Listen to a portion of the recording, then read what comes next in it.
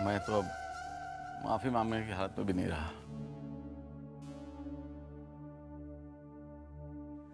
सुनिए, कावेरी ने जो कहा उसे नहीं कहना चाहिए था, मगर आप इस तरह मत जाइए, मम्मी पापा को बुरा लगेगा।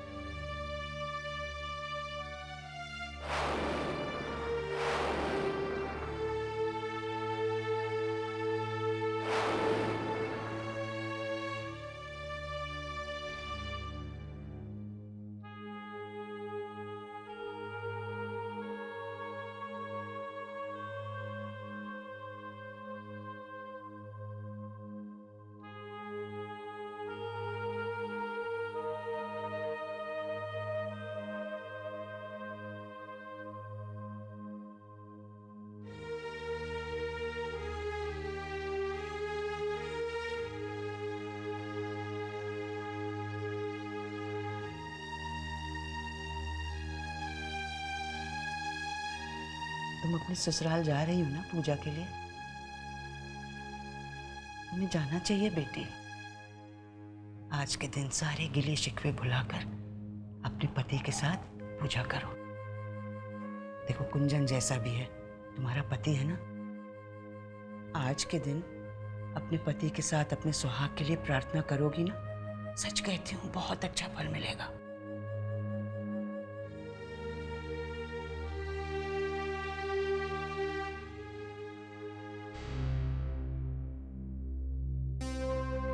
अरे पंडित जी, आपको यहाँ किसने बुलाया? आपकी धर पत्नी ने बुलाया। मेरी पत्नी ने? कौन? बाय गॉड की कसम, अपनी पत्नी को ही भूल गए? चमकी और कौन? पंडित जी, आप जल्दी से पूजा शुरू कीजिए। आप पूजा के लिए बैठिए। बैठिए ना, अब बैठिए भी। बैठ जाइए, जल्दी जल्दी शुरू कीजिए। सासू माँ, आप भी बैठिए ना। आंखों देखकर मक्खी नहीं निगली जा सकती। इतना अनर्थ मत कर चमकी। अपने पति के होते हुए तू किसी और के पति के साथ बैठकर पूजा करेगी? भगवान तुझे कभी माफ नहीं करेगा। ये लो, आपके बेटे की भलाई के लिए ही ये पूजा करवा रही हूँ और आप इसे देखा नहीं चाहता? कैसी माँ है आप? बाय गॉड की कसम, आपके यहाँ होते हुए चमकी ध्यान से पूजा भी नहीं कर पाएगी। चलिए आप बाहर चलिए, खुली हवा में आपका दिमाग शांत हो जाएगा। चलिए। कुंजन, आप चुपचाप यहाँ बैठकर पूजा कीजिए, नहीं तो आपके कारनामे के बड़े बड़े पर्चे पूरे शहर में लगवा देंगे हम। आप चलिए बाहर, चलिए चलिए, आप बाहर चलिए। बेटा बेटा देख तेरे सामने।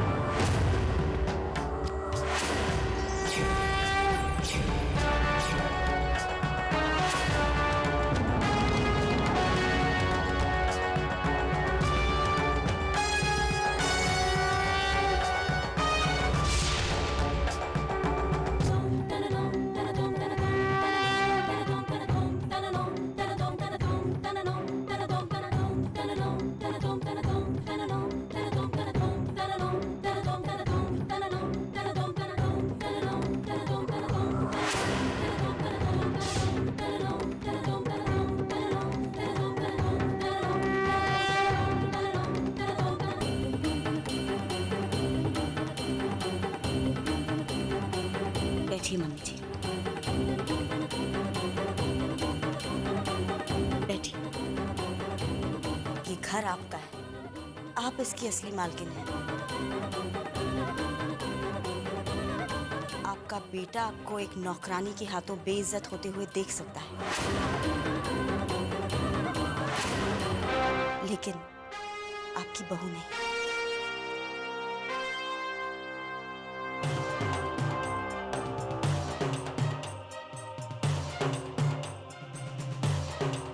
शुरू कीजिए पंडित जी। मैं ही इनकी पत्नी हूँ, असली भी और जायज भी।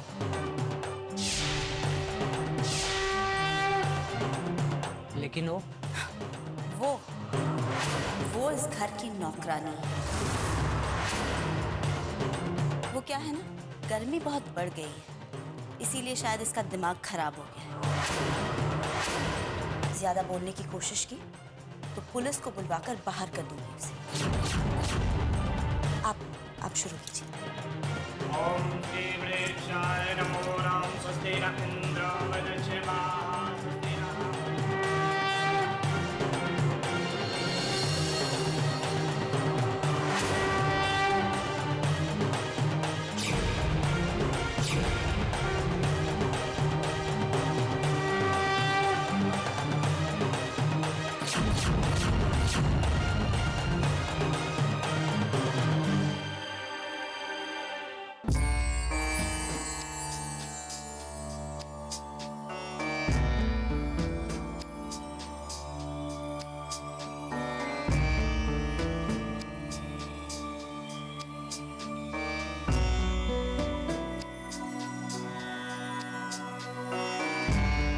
हर साल हमारे परिवार की ओर से ब्रिजेश और तारा अपने पूर्वजों के लिए यज्ञ करते हैं। मेरी इच्छा है कि इस साल नाहर और सलोनी के हाथ से काम हो।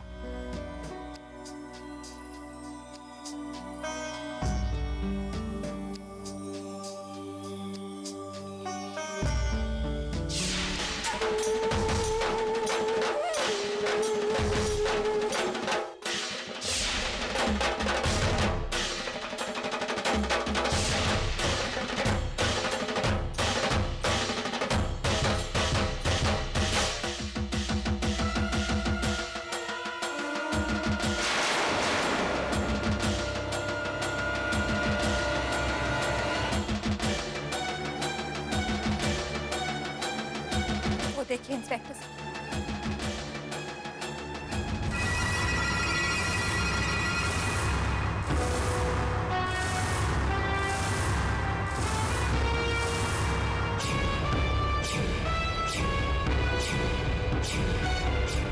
वो है मेरे पति नाहर सिंह, जिन्होंने मुझे तलाक दिए बिना उस दूसरी औरत के चक्कर में आकर मुझे छोड़ दिया। इतना बड़ा धोखा दे।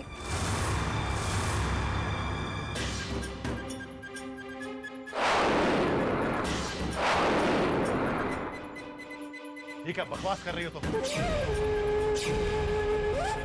आप तो पढ़े लिखे हैं मिस्टर नाहर सिंह, भले परिवार से हैं। इतना भी नहीं जानते कि जब तक आप पहली पत्नी को तलाक नहीं देते हैं, दूसरी शादी को कानून अपनी सहमति नहीं देता। कानूनी तौर पर आपकी पहली पत्नी मिसेस चांदनी सिंह की शिकायत पर इंडियन पिनल कोड दफा 494 के तहत माईगमी के केस में मैं आपको गिरफ्तार करता हूं।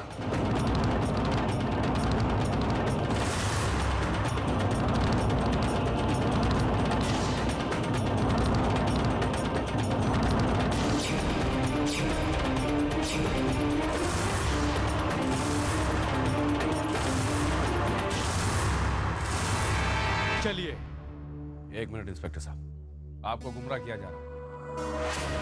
नाहर और सलोनी की शादी हुई है बाकायदा, पूरी विधि के साथ और सबके सामने। पहली पत्नी के होते हुए भी? हाँ, क्योंकि जब नाहर और सलोनी की शादी हुई तो हमारी नजर में उनकी पहली पत्नी की मौत हो चुकी थी। हमने उनकी मौत की रिपोर्ट भी पुलिस स्टेशन में दर्ज करवाई थी। तो फिर ये मरकर वापस कैसे आ गई?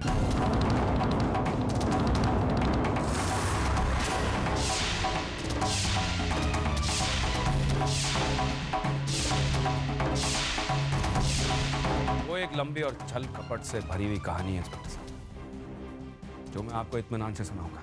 फिलहाल आप मेरे भाई को छोड़ दीजिए। आप अच्छी तरह से जानते हैं कि हम उन लोगों में से नहीं हैं, कानून को अपने हाथ में लेते हैं। देखिए ब्रिजेश जी, आपको जो भी कुछ कहना है, जो भी आर्ग्यूमेंट्स है, जो भी कहानी है, वो अब आप कोर्ट में ही कहिएगा। प्लीज हमें अपनी ड्यूटी करने दीजिए।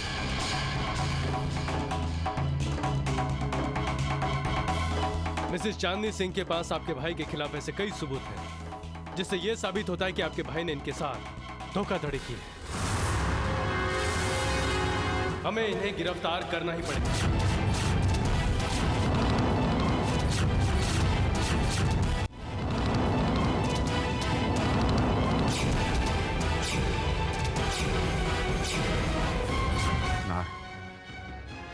बिल्कुल मत घबराना, ये चांदनी तुम्हारा कुछ नहीं बिगाड़ सकती।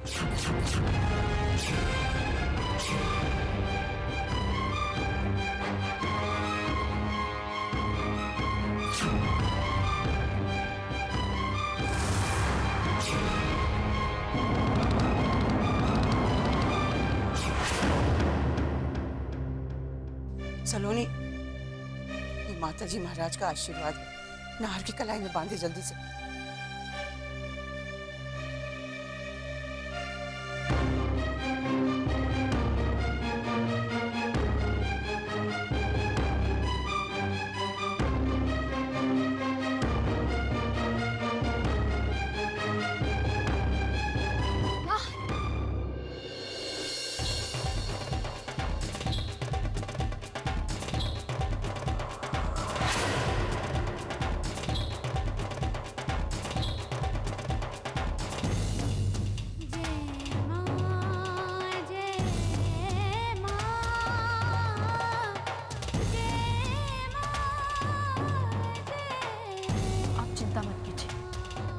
कुछ नहीं होगा आपको। आप पर कोई आंच नहीं आ सकती। मेरा सतीत्व और हमारे परिवार का प्यार आपकी रक्षा करेगा।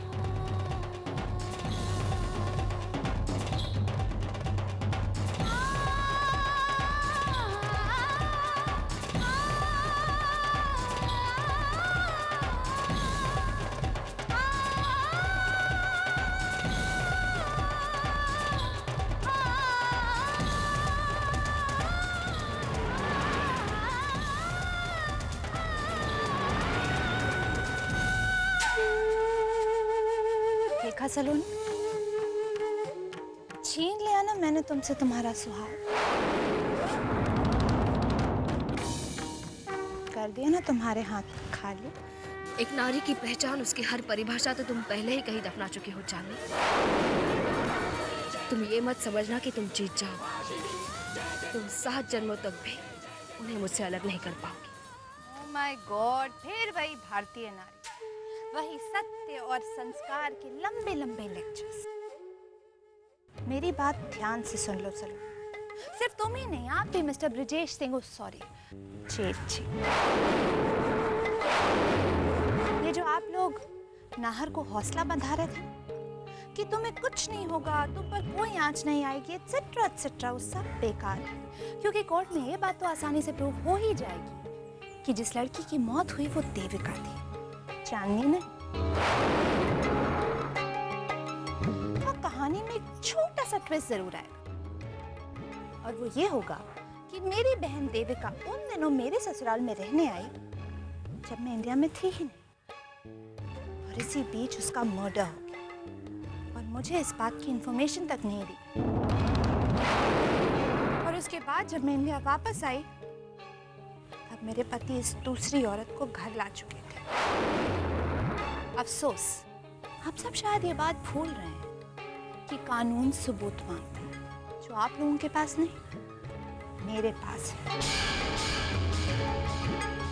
मैं तो बहुत प्यार से आप सबको मनाने आई थी, लेकिन आप नहीं माने। ठीक है, अब देखिएगा अपनी आंखों से अपने घर के चिराग को जेल की 4 दीवारी के पीछे सड़ते हुए।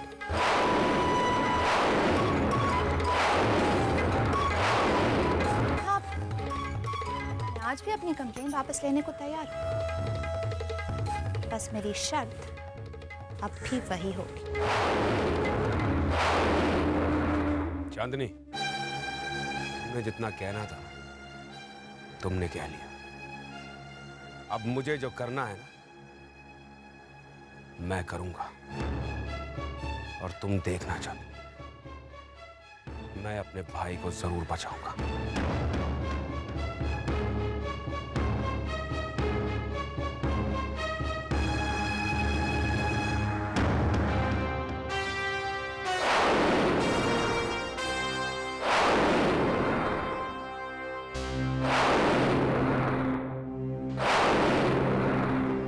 चिंता मत कर लाडो, माता जी महाराज चाहेंगे तो सब कुछ ठीक हो जाएगा। बहुत भरोसा है तुम्हारे परिवार वालों को भगवान पर। चलो देखते हैं क्या करते हैं तुम्हारे मिस्टर गॉड। लेकिन एक बात बताओ ना,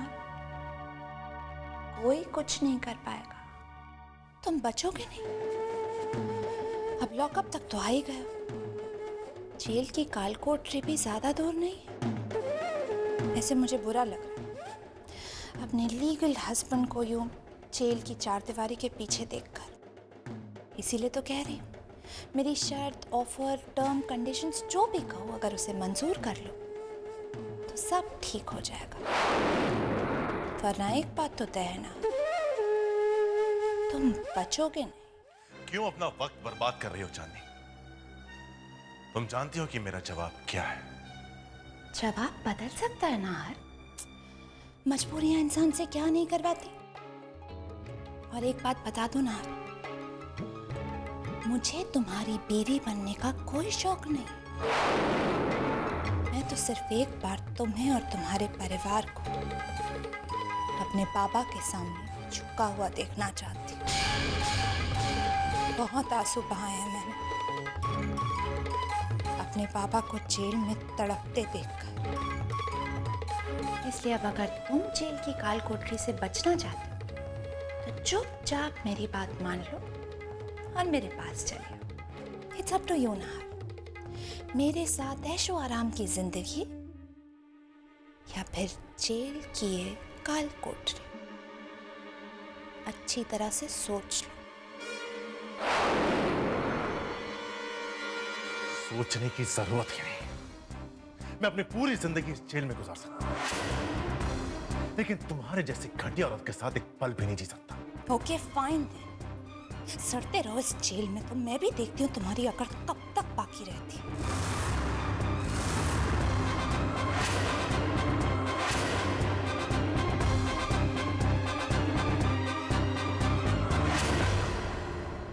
ब्रजेश, क्या सच में कुछ नहीं हो सकता? नहीं था, क्योंकि चांदनी के पास नाहर के साथ जो शादी की है उसका लीगल सर्टिफिकेट है।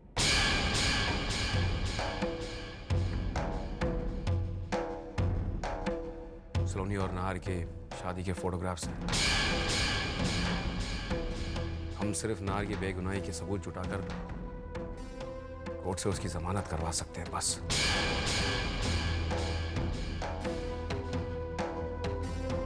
मुझे तो डर है कि हम नाहर को कोर्ट में भी नहीं बचा पाएंगे।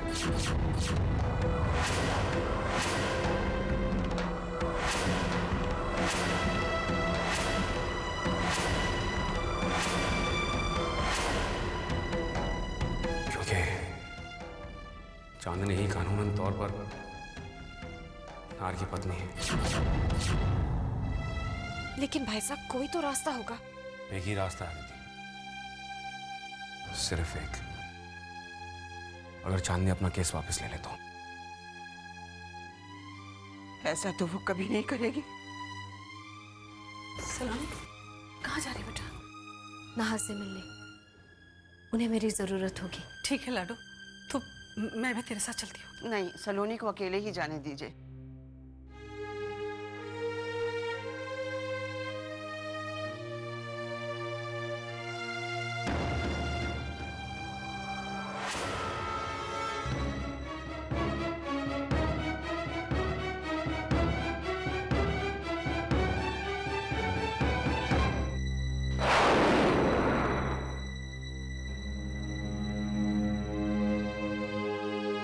चांदनी, किस बात पे इतना गुस्सा आ रहा है तुझे?